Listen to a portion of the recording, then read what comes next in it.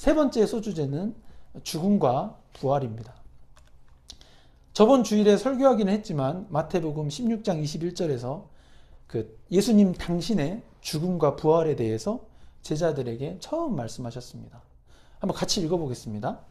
이때로부터 예수 그리스도께서 자기가 예루살렘에 올라가 장로들과 대제사장들과 서기관들에게 많은 고난을 받고 죽임을 당하고 제3일에 살아나야 할 것을 제자들에게 비로소 나타내시니. 아멘.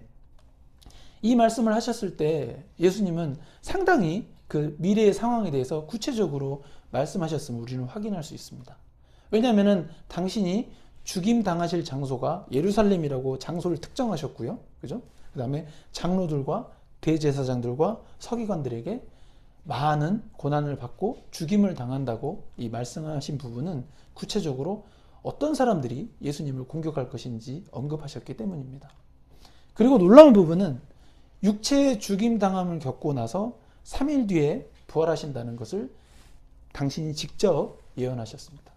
장차 도래할 일이 어떠한 일인지 언급했다는 것은 미래를 이미 보고 계심에 대해서 말로 설명해 주신 것인데, 이는 예수님의 신적 특성, 신성을 단적으로 보여주는 것입니다. 저는 5분 뒤에 제 일도 모르겠거든요. 그죠? 3일 뒤를 아시잖아요. 그런데 오늘 읽은 마태복음 17장 22절에서 23절은 저 말씀을 하신 지 얼마 되지 않아 예수님께서 당신의 죽음과 부활을 다시 한번 예고하신 것입니다. 마태복음 10장 22절 23절 한번 같이 읽어보겠습니다. 갈릴리에 모일 때에 예수께서 제자들에게 이르시되 인자가 장차 사람들의 손에 넘겨져 죽임을 당하고 제3일에 살아나리라 하시니 제자들이 매우 근심하더라. 아멘. 이 두 번째로 말씀하실 때는 이 장로들과 대제사장들과 서기관들에게 고난받을 것을 구체적으로 언급하지는 않으셨지만 이 사람들의 손에 넘겨져 죽임 당하시고 제3일 뒤에 부활하시는 것을 말씀하셨습니다. 표현상의 차이가 조금 있을지라도 이 중요한 메시지는 예수 그리스도께서 죽임을 당하시고 제3일 만에 부활한다는 것입니다. 그리고 이 부분에 대해서 처음 언급하시고 얼마 지나지 않아 제자들에게 다시 말씀하신 것, 실제로 이 일이 일어날 것이라는 것을 제자들에게 강조하고자 두 번째 또 얘기하신 거죠. 그러니까 제자들은 이 예수님의 죽으심과 부활하심에 대한 예언을 예수님께 한 번 듣는 건 괜찮았는데 두 번 들으니까 이제 제자들이 매우 근심을 하게 되었습니다.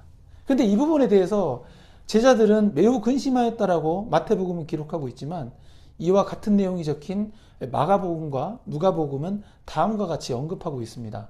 같은 내용이기 때문에 한 구절만 읽겠습니다. 같이 읽겠습니다. 시작. 그러나 제자들은 이 말씀을 깨닫지 못하고 묻기도 두려워하더라. 아멘. 네, 감사합니다. 이 마가복음에서 제자들은 예수님의 죽음과 부활에 대한 말씀을 깨닫지 못했기 때문에, 이해를 못했기 때문에, 깨닫지 못했기 때문에 묻기도 두려워하였다라고 기록되어 있습니다. 결국 예수님의 말씀에 대해서 이 마가복음과 마태복음 이 두 구절을 모두 고려하면은 제자들은 이 죽음과 부활에 대한 예수님의 말씀을 깨닫지 못했기 때문에 마냥 두려워서 이제 매우 근심까지 고민을 진짜 많이 했던 것 같아요. 근데 제자들이 왜 이걸 깨닫지 못했을까요? 이는 우리 같은 죄인들을 구원하시려면 하나님의 아들이면서 사람의 아들이신 예수 그리스도가 영원한 대속물로 죄를 사하는 희생제물로 십자가에서 바쳐져야 했기 때문인데, 이 희생제사로서 십자가 사건이 꼭 필요하다는 것을 그걸 그때 당시에는 이해하지 못했던 것입니다. 그러나 분명한 것은 우리가 예수 그리스도를 믿을 때 분명히 우리 죄를 사하여 주시기 위해서 하나님이시지만 피조물 들인 인간들에게 고난을 받으시고 십자가에서 죽으심을 겪어야 하셨습니다. 그리고 그 어떤 사람도 육체적 죽음 이후에 부활하지는 못하였지만 예수님은 부활하시고 40일 동안 제자들을 가르치시고 당신의 부활하신 모습을 계속 보여주셨습니다. 영광만 가르쳤다면 제자들은 번영복음, 다시 말해 기복신앙을 믿게 되었을 것입니다. 그러나 예수님은 영광 다음에 반드시 고난을 말씀하십니다. 죄송합니다. 네. 하늘나라만 생각하면 분명히 하나님의 영광이 찬란합니다. 그러나 그러한 영광만 생각한다면 기독교는 기복신앙이 되어서 다른 종교와 별반 차이가 없어집니다.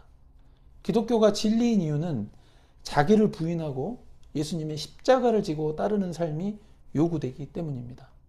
자기를 부인하고 예수님의 십자가를 지고 따르는 삶의 구체적인 방법은 이전 설교에서 여러 번 했지만 간단히 말씀드리면 마음의 갈등과 육체적 고난을 겪더라도 성경에 언급된 예수 그리스도의 계명과 가르침을 따르는 삶을 살아내는 것입니다.